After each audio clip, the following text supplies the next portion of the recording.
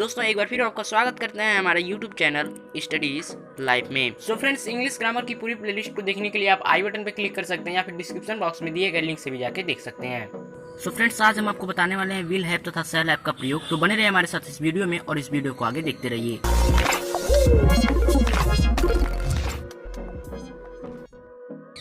Friends, will have तथा shall have का प्रयोग भविष्य काल में स्वामित्व अथवा अधिकार को दिखाने के लिए किया जाता है। जैसे कि मोहन के पास एक कार होगी, यानी मोहन एक कार का स्वामी होगा, एक कार का मालिक होगा।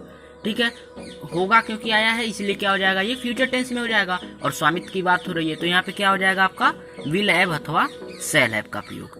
ठीक, तो इस तरीके के जहाँ भी वाक्य है वहाँ क्या होगा आपका विल हैव अथवा शैल हैव का प्रयोग। तो चलिए सबसे पहले हम देख लेते हैं कि विल हैव तथा शैल हैव का प्रयोग किसके किसके साथ किया जाता है। सो फ्रेंड्स, विल हैव का प्रयोग आई तथा वी को छोड़कर अन्य सभी कर्ताओं के साथ किया जाता है।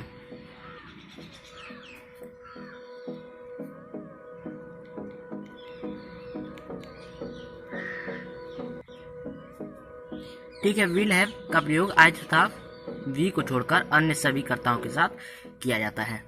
और फिर आगे देख लेते हैं शैल हैव का प्रयोग। तो शैल हैव का प्रयोग आई तथा वी के साथ किया जाता है।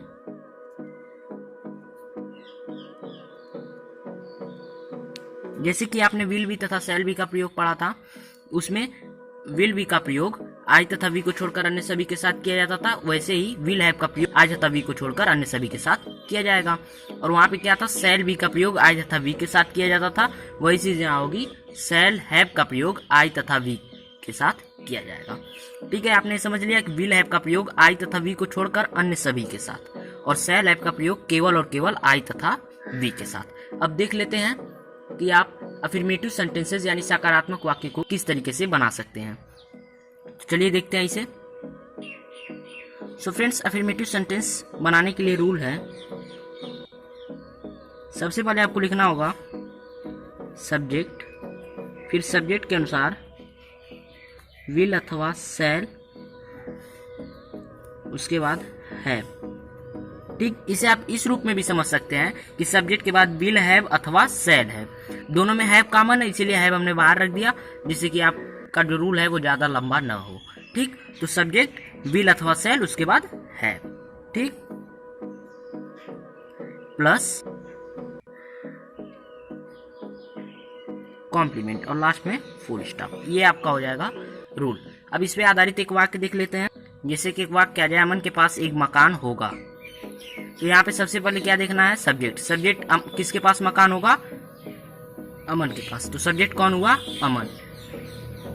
सबसे पहले लिख लेते हैं सब्जेक्ट यानी अमन, उसके बाद विल अथवा शैल। ठीक, विल अथवा शैल, उसके बाद है। तो विल अथवा शैल, तो अमन के साथ किसका प्रयोग होगा, विल का। क्यों, क्योंकि अमन न तो आई है और न ही वी है, तो विल, उसके बाद हैव तो आएगा ही, will have, Aman will have. ठीक है, इसके बाद क्या बचा, कॉम्प्लीमेंट। कॉम्प्लीमेंट में क्या बचा है, एक मकान यानी ए हाउस और लास्ट में फुल स्टॉप। ठीक है, अब देख लेते हैं नेगेटिव सेंटेंसेस यानी नकारात्मक वाक्य को किस तरीके से बना सकते हैं। तो इसके लिए रूल है, सबसे पहले आपको चाहिए होगा सब्जेक्ट, फिर सब्जेक्ट के अनुसार विल अथवा शैल, फिर उसके बाद आपको हैव नहीं लिखना है, सीधे सीधे लिख देना है नॉट, क्योंकि नकारात्मक वाक्य है तो इसमें क्या आएगा, नॉट आएगा, तो नॉट लिख देना है। प्लस सब्जेक्ट, फिर विल अथवा शैल, फिर हैव आपको नहीं लिखना है, लिख लेना है नॉट, उसके बाद आएगा आपका हैव।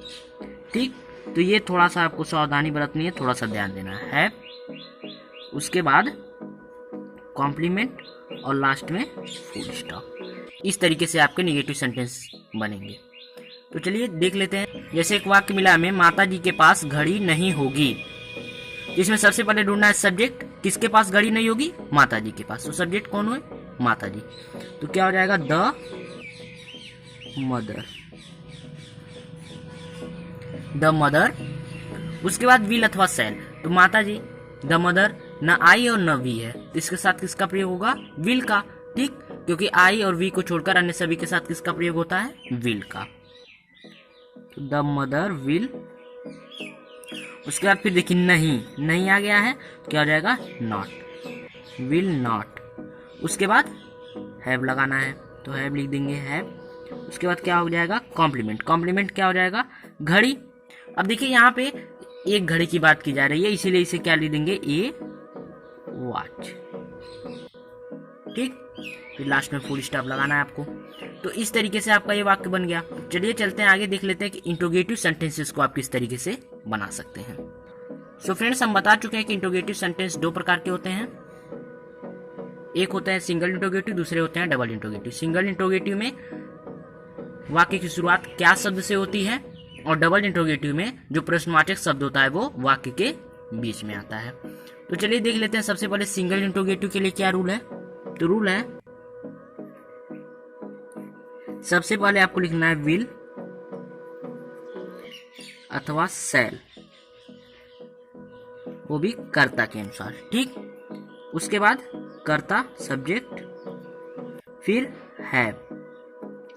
ठीक, तो विल अथवा शैल फिर सब्जेक्ट फिर हैव।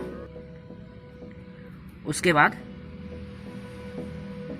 कॉम्प्लीमेंट और लास्ट में क्वेश्चन मार्क, क्योंकि प्रश्नवाचक वाक्य है। अब जैसे देखिए एक वाक्य आ जाए, जैसे कि हमें एक वाक्य मिला, क्या मेरे पास एक मोबाइल होगा। इसमें सबसे पहले हमें क्या लिखना है विल अथवा शैल। एक बात ध्यान दीजिए, किसके अनुसार, सब्जेक्ट के अनुसार। किसके अनुसार, सब्जेक्ट के अनुसार।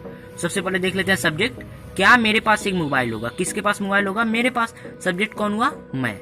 मोबाइल पर अधिकार किसका है, मेरा। ठीक है, मैं स्वामी हूँ मोबाइल का। ठीक, तो यहाँ पे आपको ध्यान देना है कि विल अथवा शैल में से क्या लगेगा। जब सब्जेक्ट हो गया मैं यानी आई, तो आई के साथ किसका प्रयोग होता है, शैल का। तो ये क्या लिख लेंगे, शैल। उसके बाद सब्जेक्ट, सब्जेक्ट कौन है, आई। आपको बताया है हमने कि आई और ओ जब भी अकेले आते हैं तो क्या हम लिखते हैं, इन्हें कैपिटल लेटर में लिखते हैं। तो क्या हो जाएगा, कैपिटल लेटर में आई हो जाएगा, शैल आई। उसके बाद हैव।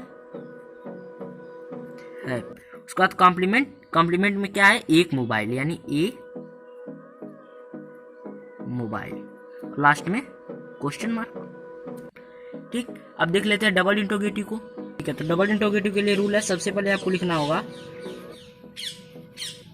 क्वेश्चन वर्ड फिर विल अथवा शैल सब्जेक्ट के अनुसार। उसके बाद सब्जेक्ट फिर हैव और लास्ट में कॉम्प्लीमेंट के साथ क्वेश्चन मार्क। ठीक, यानी कि क्वेश्चन वर्ड विल अथवा शैल फिर सब्जेक्ट फिर हैव और लास्ट में कॉम्प्लीमेंट के साथ क्वेश्चन मार्क। तो चलिए इस पे आधारित एक वाक्य देख लेते हैं। जैसे कि एक वाक्य में मिला, हमारे पास मकान कब होगा। तो इसमें सबसे पहले ढूंढना होगा क्वेश्चन वर्ड। क्वेश्चन वर्ड क्या है, कब। ठीक, तो सबसे पहले इसे हम लिख लेते हैं, कब का अंग्रेजी क्या होता है, व्हेन। व्हेन लिख लेंगे। उसके बाद विल अथवा शैल सब्जेक्ट के अनुसार। तो सबसे पहले सब्जेक्ट देख लेते हैं, किसके पास मकान होने की बात हो रही है, हमारे पास। सब्जेक्ट कौन हुए, हम यानी वी। वी के साथ किसका प्रयोग किया जाता है, शैल का। ठीक, लिख लेंगे शैल, व्हेन शैल। उसके बाद सब्जेक्ट, सब्जेक्ट कौन है, हम यानी वी। वी। उसके बाद हैव लिखना है तो लिख लेंगे हैव। उसके बाद कॉम्प्लीमेंट, कॉम्प्लीमेंट क्या बचा, मकान। ठीक है, एक मकान की बात की जा रही है तो क्या लिख लेंगे, ए हाउस। ठीक है, देखिए एक मकान की बात कैसे की जा रही है, और बहुत सारे मकान की बात की जा रही होती तो हम क्या बोलते हैं, हमारे पास मकान कब होंगे।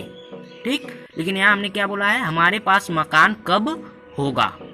ठीक, तो यहाँ पे एक मकान की बात की जा रही है, इसीलिए क्या लिख देंगे इसे हम, ए हाउस। ठीक, और लास्ट में क्वेश्चन मार्क तो लगाना ही है आपको। दोस्तों अगर आप चाहें तो स्क्रीन पे आ रही इमेज का स्क्रीनशॉट ले सकते हैं, या फिर डिस्क्रिप्शन बॉक्स में दिए गए लिंक से जाकर इसे डाउनलोड भी कर सकते हैं, जिससे आप इसका यूज बाद में रिवीजन के लिए कर सकें। दोस्तों अगर आपने अभी तक हमारे चैनल को सब्सक्राइब नहीं किया है तो सब्सक्राइब जरूर कर लीजिए, जिससे हमारे द्वारा अपलोड किए गए वीडियोज़ की जानकारी आपको सबसे पहले मिले। अगर ये वीडियो आपको अच्छा लगा तो लाइक और इसे अपने दोस्तों के साथ शेयर जरूर कीजिएगा। अगर आपके पास कोई सुझाव या शिकायत है तो कमेंट जरूर कीजिएगा। सो बाय फ्रेंड्स, मिलेंगे अगले वीडियो में, तब तक के लिए कीप वॉचिंग, कीप स्माइलिंग।